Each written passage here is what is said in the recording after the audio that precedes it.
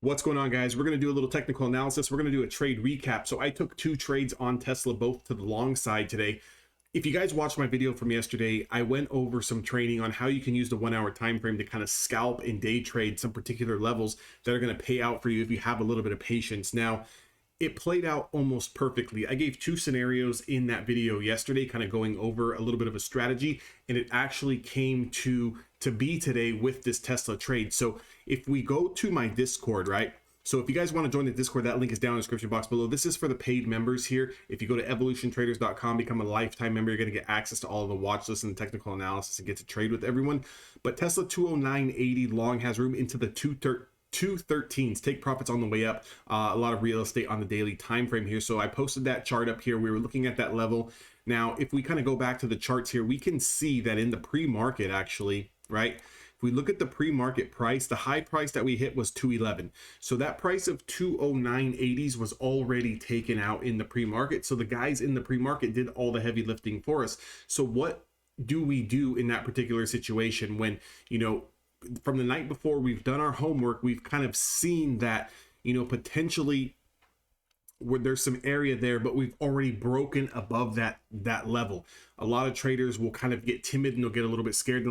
They'll think to themselves, you know, I don't really want to chase this price action up. You know, it's already passed. I've already missed the move, when in fact you didn't. And all you're doing now is just waiting for that double confirmation. So what we would do would take that pre-market high price, that 211 and some change mark. You can see here immediately off the bell, we break the pre-market highs level. You know, first 5 minutes of the day, you're going to want to get into that trade. Now that's exactly what I did here. I got into that trade as soon as we broke through those pre-market levels, and then within 5 minutes we shot up to a price of 212.55, and in fact ran all the way up to a price of 213.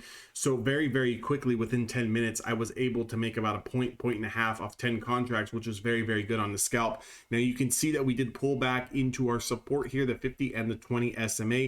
Perfect little pullback here.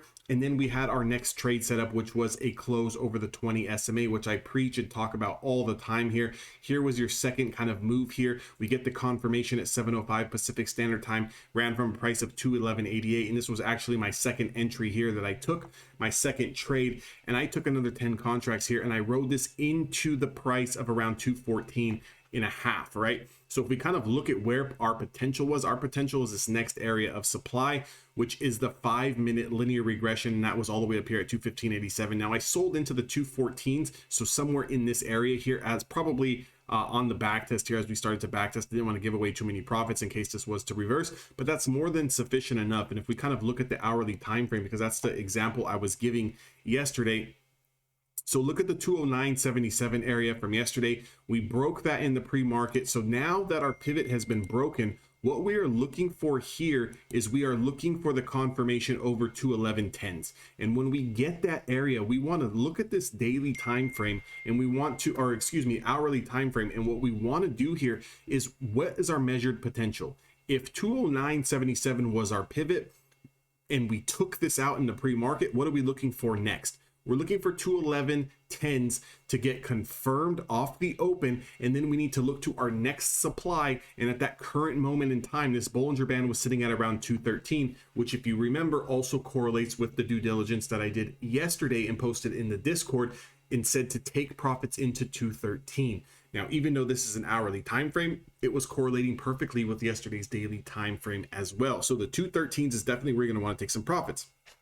So if you're going to take this scalp over the pre-market highs, you want to be selling into 213. And then from there, we have another trade setup. So if you go back to the video from yesterday, I gave a scenario where we could scalp over that pre-market level and where we should be taking profits. I just gave you that example here. And if you kind of look at the first hour candle here, we put in a nice wick and then we pulled back, right? So this is going to get a lot of traders worried.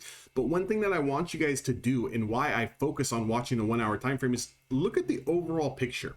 Okay, we're trading above the 5 and the 10-day moving average. We've got support here at the linear, and we're well above the 20-period moving average. There is no short position here on Tesla until we were to lose a price of around 207. Then from there, potentially we've got room down to 203. This would be a short position I would be interested in. So right now, I'm just going to wait and sit through any pullbacks.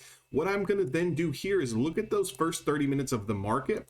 Look at the high we put in. Look at the level of supply we tested, which was the Bollinger Band. All you need to do is sit there and tell yourself, if we pull back and we can take out the pre-mark or the first hour's highs, we need to go ahead and get long again, because we already know the 213 was supply. So if we do break that, it's nothing but open skies ahead. And that's exactly what Tesla did. You could have essentially not taken the scalp over pre-market highs, sat back and waited an hour off the market open, 30-40 minutes off the market open, let it digest, and as soon as we took out the 213.30s, got in, and look at the price we ran to is 215, 216, and actually topped out at 217.25. Now I wish I would have held a little bit longer, but I sold again into those 215, so it took another about $1.50 to $2 on that second trade as well, on 10 contracts, done 2 trades on the day. Did not need to overtrade. If you guys want to learn this strategy and learn how to find these and be in the Discord and get access to the strategies, definitely join evolutiontraders.com. That's where you're going to get to work with me each and every single day. We're going to go over this stuff in real time